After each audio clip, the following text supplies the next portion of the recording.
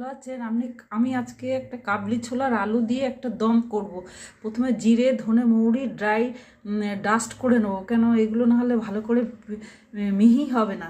তারপরে আমি আদা পেঁয়াজ এসব রসুন দেবো না, আদা পেঁয়াজ লঙ্কা এসব দেবো। জিরে ধনে মৌরি বাটা আছে, আর এইখানে একটা মশলার পেস্ট করেছি আমি, কাশ্মীরি লঙ্কাগুলো জাস্ট রঙের জন্য, পাপরিকা পাউডার, চিলি অয়েল, হিং আর চাট মশলা আর একটু কফির প্যাকেট দেবো, দিয়ে এটা পেস্ট করে রাখবো।